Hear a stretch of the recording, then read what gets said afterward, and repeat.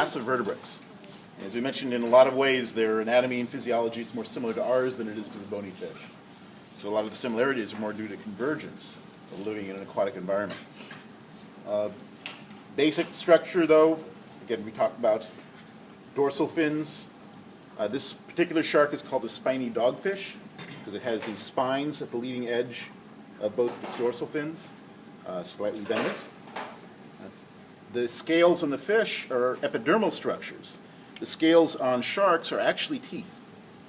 And so if you pet a shark from the head towards the tail, it feels very smooth. You go the other way, and it feels rough. And in fact, these spines are enlarged tooth scales. So each scale in their body is a miniature version of one of these things. In fact, some cultures actually use that as a sandpaper abrasive, or samurais would wrap them on the hilts of their swords to get a better grip, using the fact that they have teeth on it. Not so much this one. These guys aren't that significant. A lot of other sharks, though, really different. You go that way, very smooth. That way, you definitely feel how rough it is. Otherwise, we've got elongated body. The nostrils on these do tend to be on the bottom. So we have, again, these paired nares, eyes. This spiny dogfish is kind of a midwater shark. So it's in dim light, but not complete dark. And so if you actually dissect the eye, you would have a tapetum, like we saw in the nocturnal mammals. The bony fish, if you recall, had the operculum over their gill cover. The sharks have separate gill openings for each of their gill arches. Usually 5, although some sharks have 6 or even 7. In fact, the 7-gill shark is called that because it has 7 gill slits. Interesting, though, they actually, in some species, some of the rays and some of the sharks, have another gill arch that actually is migrated up here to the top of their head. It's called a spiracle. And that allows them, especially if it's like a ray sitting on the bottom, it can actually pull water in the spiracle through the buccal cavity over the gills and out the other gill arches. So it allows them to pump water over their gills with their mouth closed. So they don't have to do buccal pumping or even ramjet ventilation. Let's see, what else are we going to talk? So we got our 2 dorsals. One of the differences between the bony fish and the cartilaginous fish is in the cartilaginous fish, the body itself goes into the upper lobe of the fin. So in your bony fish, the body stops here, and then there's an upper and lower lobe of the fin coming off that caudal peduncle. Whereas in the sharks, the body actually continues up into the upper lobe, and then the lower lobe is here on the ventral surface of that lobe of the body.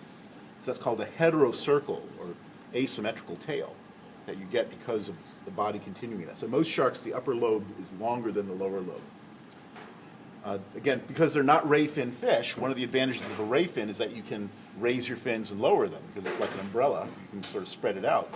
Where these don't have that, so they have fairly rigid fins. So it would seem like if you're swimming with this, you've got this upper lobe bigger than the lower lobe. That's going to create a force to push your nose down.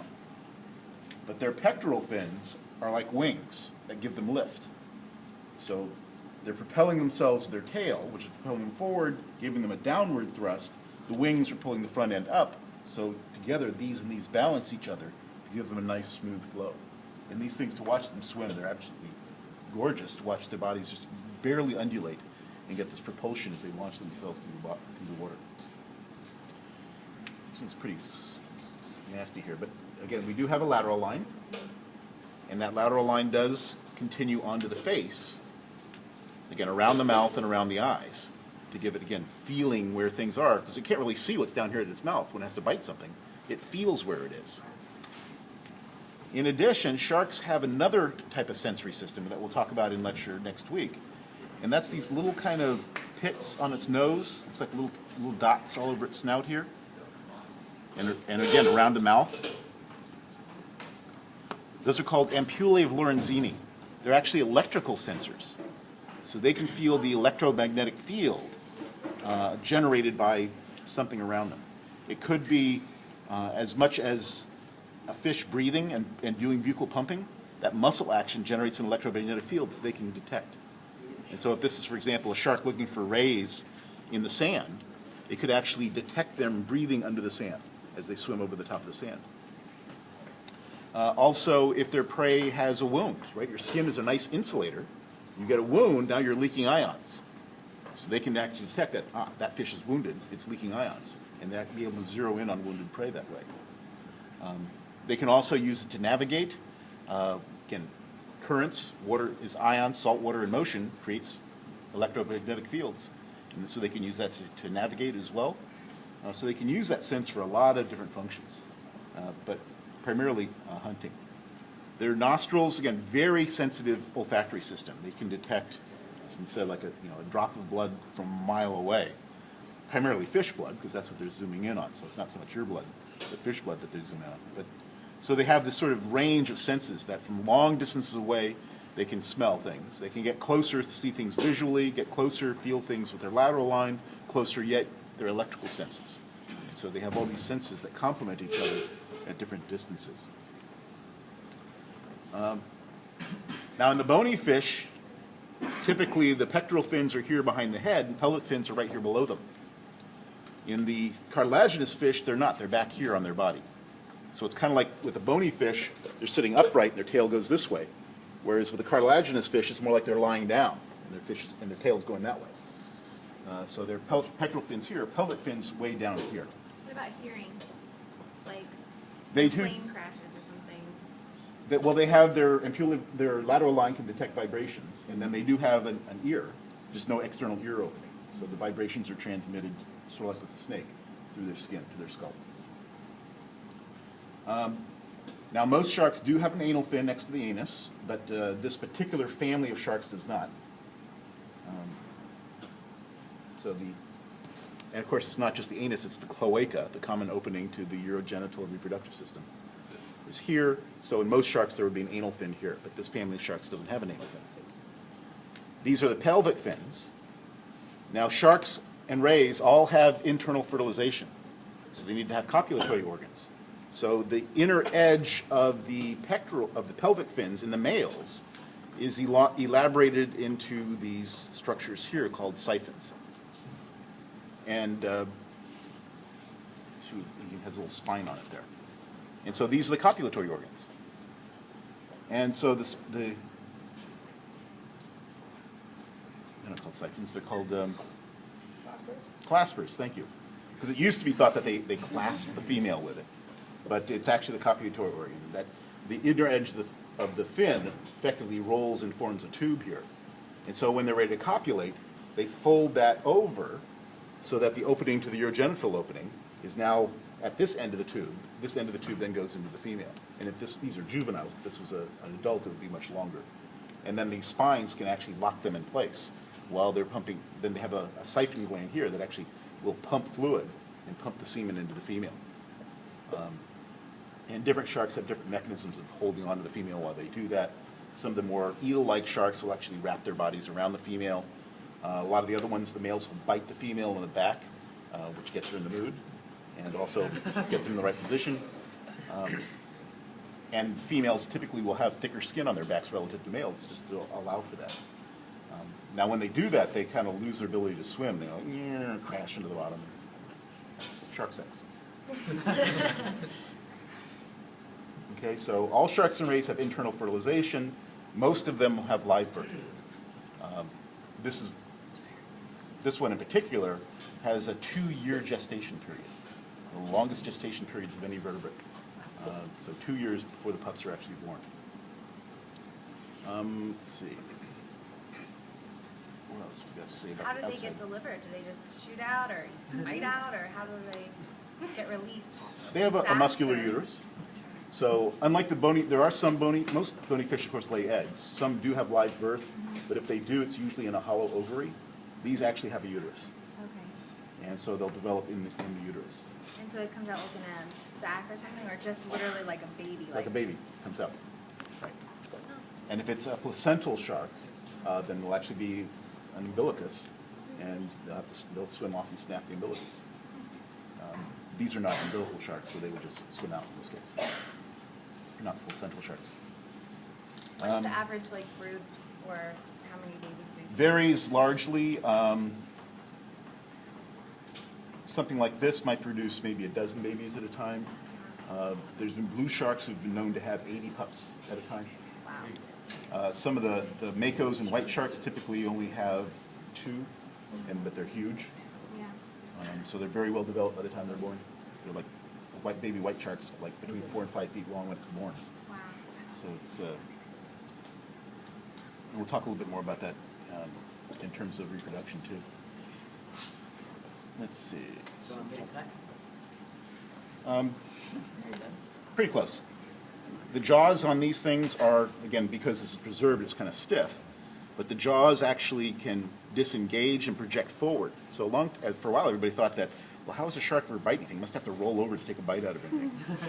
But it actually can lift its snout up and project its jaws forward. It's kind of like alien. The jaws stick forward. And then again, you can tell a lot by the teeth about the size of prey. So this has kind of sharp teeth, but they're not very big. Feeds mostly on small fish and squid. These are called dogfish because they do occur in large schools, and they dog their prey. Probably it's a very common shark, at least used to be. Sharks have a very low reproductive output, so every commercial fisheries for sharks has crashed because they just don't reproduce fast enough to replace themselves. So that's been a problem, especially when people start catching them just for their fins and throwing the rest of the body away, catching huge numbers of sharks and just wiping out whole populations.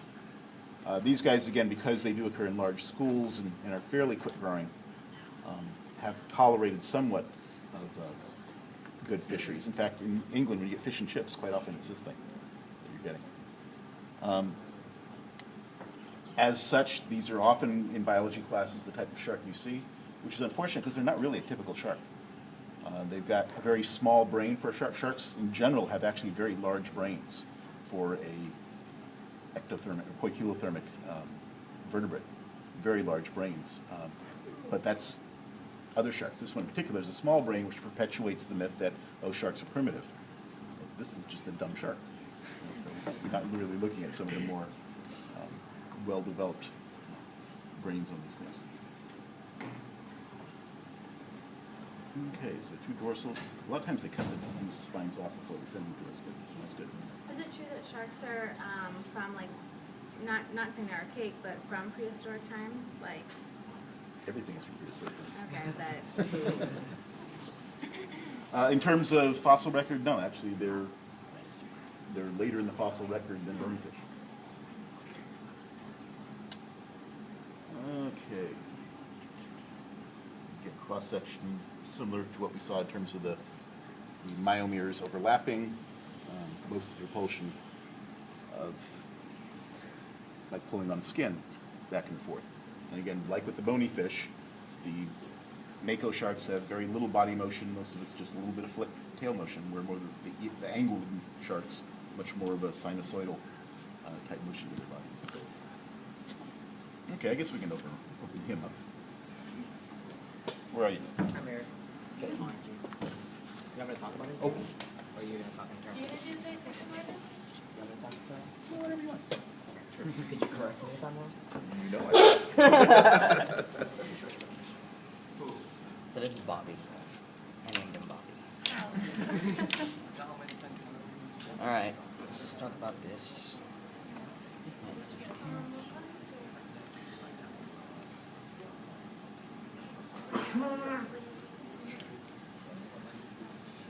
Wish I had the tweezers that open to do the blunt dissection, but she's more serious.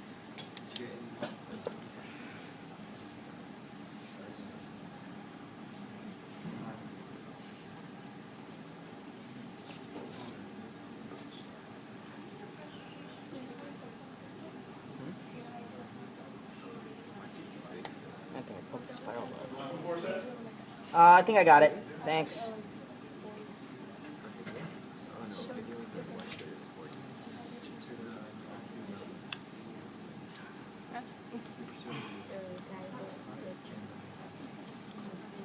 Oh, I cut my glove. Whoops. Do you need assistance? I'm good. Did you mess up? No. It's cool. It is cool. Oh, I got some in my face. Ouch.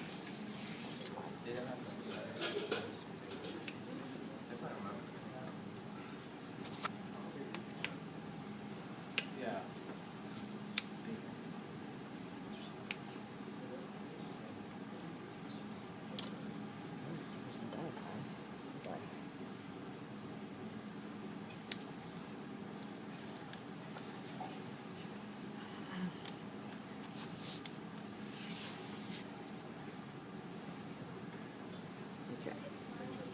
It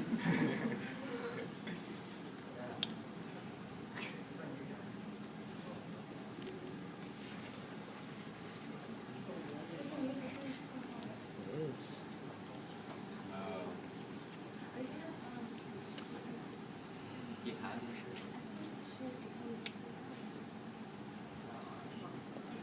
Okay.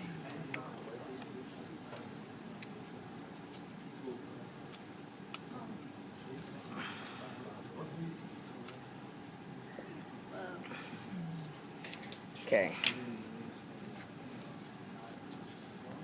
So, one of the biggest things about this, the internal anatomy, is that you notice that the liver is the largest organ, or one of the largest organs here. So the liver is about 3 lobes big. So you got this big guy right here.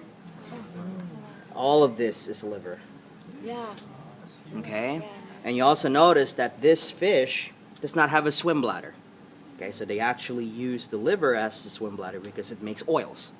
So oils are, I think they're lighter than water in terms of their density, so they use it to kind of, who's higher? Oh, where are you? Right there, right there. Oh, oh God, I hate it when teachers like look at me when I'm doing this stuff. So intimidating, okay?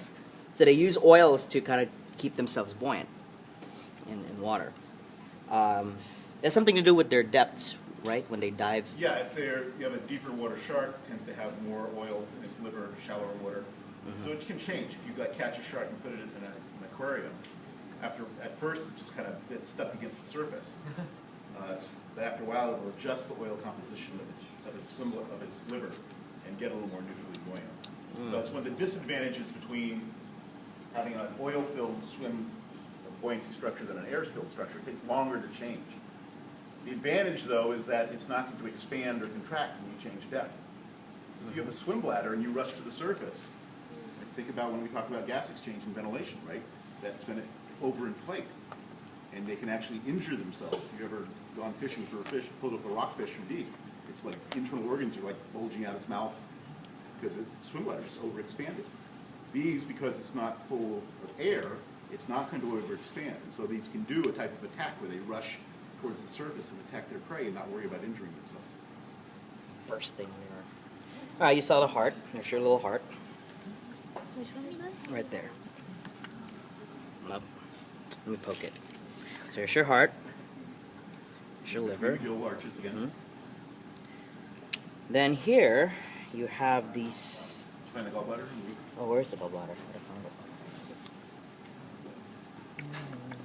And the liver forms bile, the gallbladder stores it, secretes it into the gut. It's all liver. Liver can be 25% of their body weight sometimes. I don't see that sac. So not only for buoyancy, but for energy storage, obviously, so they can go a long time between meals. Here's the stomach. Stomach? Yeah. Hold on, I want to look at the gallbladder. I don't see it, actually. It's supposed to be a sac that.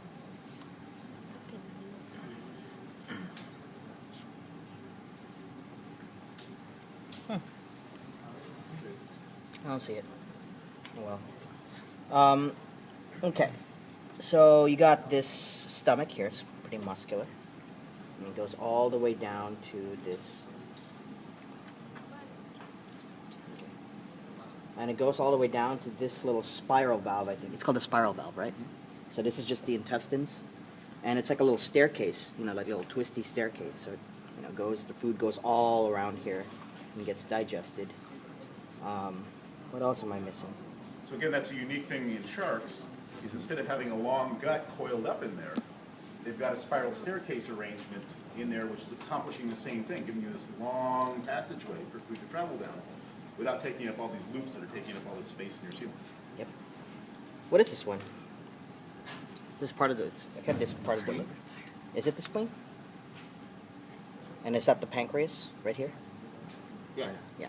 So that's the pancreas, the spleen, and what else is there? Is there kidney?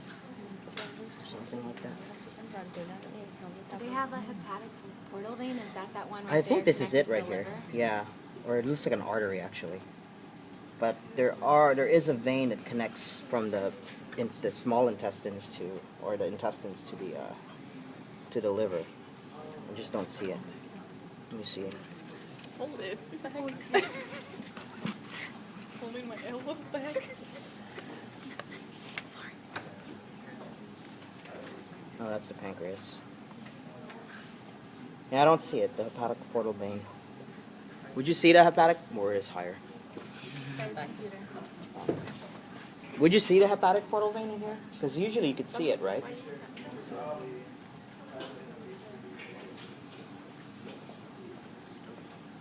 So all this connective tissue, this all this. Where's this connective tissue derived from? Mesoderm. Okay.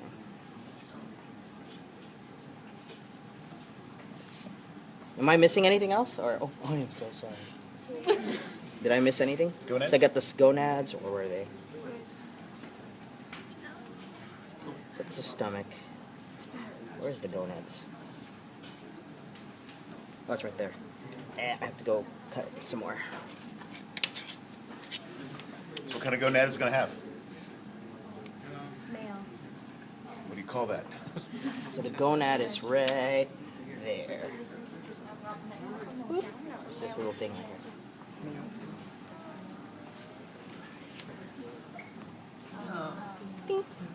Is that the penis thing?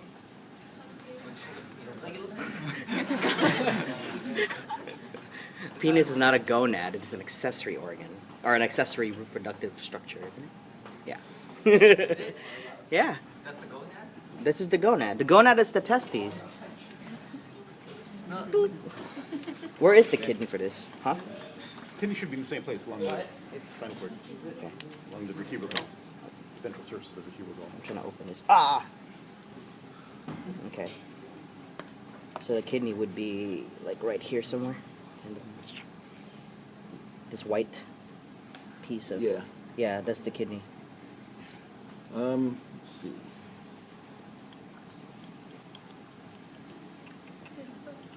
Yeah, what's that? Oh, it's right. Is that the black one right there? Or, no. Will it funny if you jog your Yeah, thumbs the dark area. Yeah, the dark area. Dark area there. So that's the kidney, the dark area. That is the. What is that? Actually, this is the gonad up here. Oh, it's up here? Yeah. Okay, what is this one then? This is the rectal gland. Oh, okay. Remember we talked about rectal gland in The penis is a rectum. remember the rectal gland is used for salt balance Okay. in sharks. So the gonads. So this is the gonads here. Okay. And that's it? Or are we missing anything else? Yeah, that's gonads. The gonads are right here. Okay. Yeah. Pair of them. So the The rectal gland? passageway would then go down. Yeah. Passes up Okay. there, and then Is that it? for your Yeah. Huh? Oh, you see that? Look at this. I know, right? I'll look up at that. That's perfect. Can you put it on Facebook? Okay. All right. Marvin, can you show me the heart again? The heart. Wait. I got some in my face. I gotta wash my face. Okay. Right there. All right, play around with it. Look how oily it is. That means mine. Stop. Mine. You can see it on. Thank you. Ate a lot of McDonald's. Follow.